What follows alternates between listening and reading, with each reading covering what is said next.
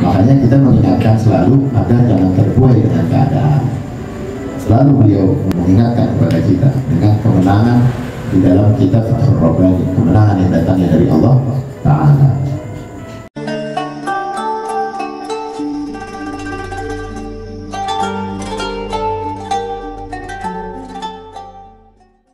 Yang sebenarnya lebih beruntung itu bukan anak kenikmatan dunianya, tapi ketenangan hatinya. Kira-kira dia habis bermajlis saja kita ngerasa pulang, ya alhamdulillah ada aja jalan kita. Ketemu orang-orang ahli zuhud yang dia nggak zuhud banget, tapi sering mendengar kalimat zuhud, sering disyarahkan tentang zuhud, itu aja udah kecipratan zuhud. Ya kita mau belum banget lah ya aulianya Allah, belum banget. Tapi karena kita sering membahas, karena kita sering mengkaji, kecipratan dah tuh, pengen coba zuhud, coba hati-hati, coba kita pengen bantu orangnya dengan ikhlas. Awalnya kita ikhlas, awalnya kagak enakan. Awalnya begitu perasaan berat, tapi lama kelamaan itu jadi hal yang lumrah dan menjadi kebutuhan. Bahkan kalau nggak minum aja nggak enak. Bahkan kalau ada kejadian kita nggak ada hadir di sana juga enak. Bahkan kalau nggak ngumpulin dari tenaga ya, kita untuk meraup kebaikan-kebaikan yang ngambang dengan apa itu, dengan minta sumbangan, kan sebetulnya kebaikan banyak nih. Cuma pernah ngambang, minta ditangkap. Nah itu kan butuh siapa? Butuh kejuhudan dari nafsu, jiwa, ya kepedulian. Kita sampai merasa ada kenikmatan bermajlis. Nggak bermajlis kan enak. Tuh kayak majlis dia gajel nih. Ya kalau kayak minum serat gitu. Gak enak kalau nggak minum, gak enak kalau nggak bermajlis di minggu, kayaknya gersang amat. Itu tuh orang-orang ahli yang memang dijadikan orang ahli kan. Ahli itu kan sang pemilik, ahli negeri, ahli ilmu. Dia merasa ahli majlis. Oh enak, gak mau di hari, gak mau di minggu, gersang hidup rasanya. Nah itu, makanya kita diminta sama beliau ya, nanti akan beberapa kali diulas bahwa baik bagi seorang mukmin, seorang muslim, seorang murid, anak majlis ini merasa bahwa kita adalah bagian dari debunya para aulia dan ulama.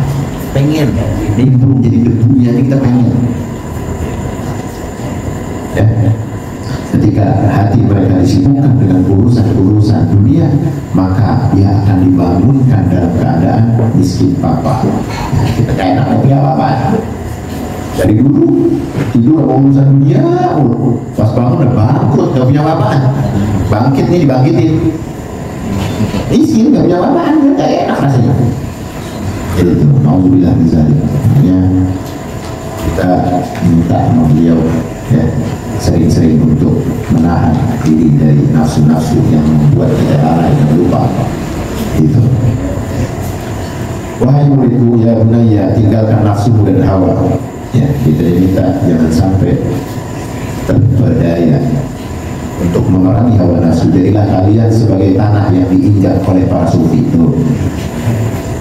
Kita diminta jadi bagian tanah aja oleh para sufi, oleh para pemburu kemudian jiwa.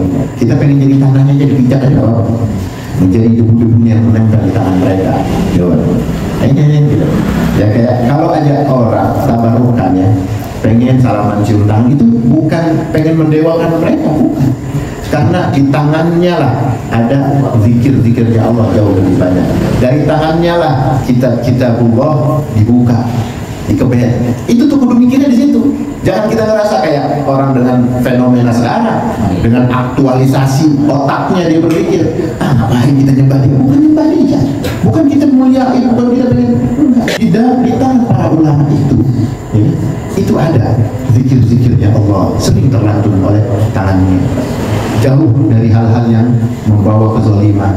Dan begitu kan rujukannya, sering membuka kitab-kitabnya Allah, hadis-hadisnya. Emang apa ya? Membuka pakai apa? Kalaupun ada di HP aja, kalaupun ada di HP, scrollnya itu scroll ulama, scrollnya itu manfaat. Itu makanya ada debu yang melekat di dalam tangan kata beliau, debu-debu yang menempel pada tangan mereka. Jadi itu luar biasa ini. Allah berfirman di dalamnya, Allah mengeluarkan kehidupan dari kematian dan mengeluarkan kematian dari kehidupan. Ini kan luar biasa ketika ada jangkauan beliau ingin mengingatkan sama kita, coba ya, sentuh.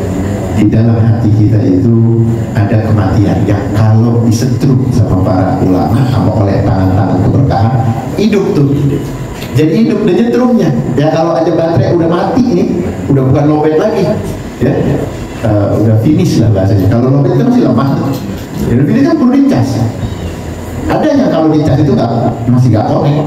Ada yang butuh waktu lama. Biasa baterai ini kalau kita secara analisa baterai aja ya, itu kalau kelamaan kosong dicas itu nggak langsung masuk. Lama dia nungguin hangat dulu, baru udah mulai ada ya kan. Coba HP ada setahun nggak dipakai, ente cas nggak langsung nyala kan, nggak kayak biasanya. Dia belum lama tuh, butuh waktu ada 15 menit, 20 menit baru udah mulai ada koneksi. Sama kayak manusia, kalau dia jarang banget dia berhubungan dengan apa? Dengan Allah. Ketika dia ingin dapatkan sentuhan-sentuhan setrumnya iman, itu butuh di setrum yang lama. Makanya beruntung kalau kita ini dikasih kesempatan sekubur, karena lobetnya itu belum sampai mati, cuma lemah doang. Jadi waktu dicolokin langsung isi lagi gitu. Jangan sampai mati, udah bertahun-tahun mati. Kadang dinyalahinnya apa? Melalui ujian-ujian yang berat. Siapa yang pengen diketok kayak gitu? Ketok rumah. Ya HP tuh ini kenapa sih katanya kayak gitu. Nah kita jiwa kita begitu. Ya kalau mau digambarkan, kadang nanti dibilangin, ya akhirnya diuji sama Allah dengan benturan yang sangat hebat. Apa ya pakai buntung dulu kanan kakinya, apa ya pakai setrum dulu, baru nyadari ya Allah lemah banget hati, lemah banget jasad ini. Apa baru pas lagi kena apa? Nauzubillah ya, jadi kena asam urat, kena kolesterol, kena apa nggak bisa nempuk kaki. Apa baru begitu merasakan nikmatnya ibadah? Ya Allah nikmat banget, dulu dia bisa nempuk tapi nggak bisa busuk. Sekarang pengen busuk tapi nggak punya kemampuan. Nah itu nyetrumnya kalau udah digituin. Kita kan nggak pengen begitu. Kita pengen kalau disentuh dikit aja kita udah nyala lagi. Kita kalau ada saudara aja yang kena ujian kita udah punya muhasabah diri. Ya Allah. Nah ini hikmahnya kita jurnalis, hikmahnya kita dekat dengan ulama, dengan para habaib. Setrumnya gampang. Ya, kita jadi bagian dari dukungan kata beliau, bisa menghidupkan. Gitu, menghidupkan hati dari kematian dan mengeluarkan jiwa-jiwa yang memang sudah lama terlelap dengan urusan-urusan itu. Dia mengatakan Allah mengeluarkan Nabi Ibrahim alaihissalam dari kedua orang tuanya yang mati dalam kekafiran. Orang mukmin itu hidup, orang kafir itu mati. Orang bertauhid itu hidup, orang musyrik itu mati. Orang mukmin ya, ketika dia hidup dengan dengan keimanannya, ketauhidannya itu menyelimuti, menguasai dirinya untuk selalu terbalut dengan kekuatan imannya agar ada cahaya-cahaya ilahi. Itu orang mukmin itu ketauhidannya kalau memang dijaga, dia akan terlindung. Supaya apa-apa hati-hati, jangan terlalu kita bergantung sama manusia. Boleh, cuma jangan terlalu. Bahasa yang ini. Ya, karena orang manusia di sekeliling kita itu bagian dari wasilah. Wasilah jembatan aja. Itu jangan kesangkut di jembatan. Dia wasilah. Jadi kita mau nyebrang, ya kan? Dari kali kita mau nyebrang. Karena itu jembatan cakep banget, problemnya jembatan. Masa ini mau jembatan terus? Tujuannya lupa. Gitu. Tujuannya sama Allah, manusia di sekeliling kita bagian dari apa? Wasilah. Ente mau kesangkut dengan manusia. Ente mau menjadi hambanya. Ente kan tahu tujuannya dari Allah. Ya gitu. Ya. Makanya orang yang kafir itu mati. Orang yang bertauhid itu hidup, musyrik itu mati. Karena Allah berfirman dalam hadis qudsi yang pertama kali mati dari makhlukku adalah iblis. Laknatullah. Karena iblis yang pertama bermaksiat kepada aku, kata Allah. Lalu dia mati dengan maksiat itu, dengan kekufuran itu dia mati. Makanya kalau jadi pengikutnya iblis, kata bakal mau dihidupin sama urusan-urusan agama, dinasihatin kabur dia. Kalau mau datang dinasihatin makin jadi malah. Iblis kan gitu sifatnya. Dia pasti bilangin malah nyombong, bukan taat. Sebetulnya bukan masalah dia bersujud lalu dia jauh lebih hina, bukan itu. Bukan masalah itu, masalah taat gak sama perintah Allah. Sama waktu kita ditanya, lah kalian menyembah batu, kami menyembah batu, kalian sama menyembah batu, kan begitu. Kita jawabin kan? Jangankan batu, pohon aja, pintu, kalau Allah yang nyuruh, kita sembah apa? Jangan Ka'bah. Kalau memang sudah dijadikan satu rukun kewajiban kita untuk menghadapnya, untuk dijadikan satu petunjuk, ya, jihad yang paling mulia, hadapan yang paling istimewa, emang udah ditunjuk sama Allah dengan skenario yang dari dulu, zaman-zaman sebelum penciptaan semuanya, udah ditunjuk sama Allah dan akan dijadikan biang syariat di sana. Kalau aja di tempat lain, kita juga taat sama perintah Allah dengan nasihat-nasihat dari Allah melalui nabinya, melalui para sahabat, warisnya sampai ke kita. Ya. Makanya salah satu yang membuat kita merasakan selalu terpenuhi dengan hidayah itu adalah kita merasa bahwa Allah langsung mengingatkan kita. Kita merasa begitu. Lagi dinasihatin Allah yang mengingatkan kita. Karena itu manusia yang diciptakan dengan satu program, ya, program menjadi hamba yang terpilih, menjadi hamba yang diberikan iman, ketauhidan dengan skema yang panjang. Maka dibutuhkanlah wasilah-wasilah untuk beriman kita dulu, untuk belajar menjatuhkan nafsu kita, syahwat kita, ya, jangan sampai diperbudak. Itu kan nasihat-nasihat yang tadinya jangan sampai kita lupa lepas diri. Kalau peliharaan itu udah diikat.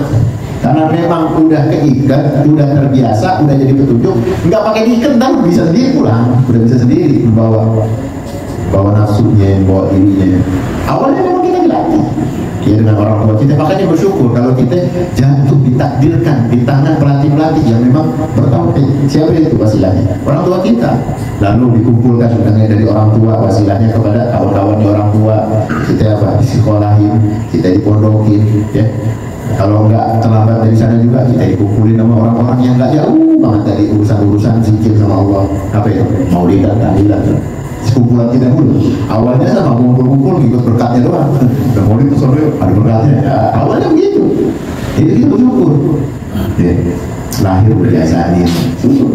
Jadi nggak jauh-jauh banget itu tali gembalaannya. Ya, ketika sekarang masih merasa digembala oleh nafsu dan diri kita, ya nggak apa-apa, kita masih terikat. Jadi karena takut terus, belum karena kebutuhan belum, tapi kalau udah karena kebutuhan kita udah berubah menjadi kekasih-kekasih Allah yang mulia.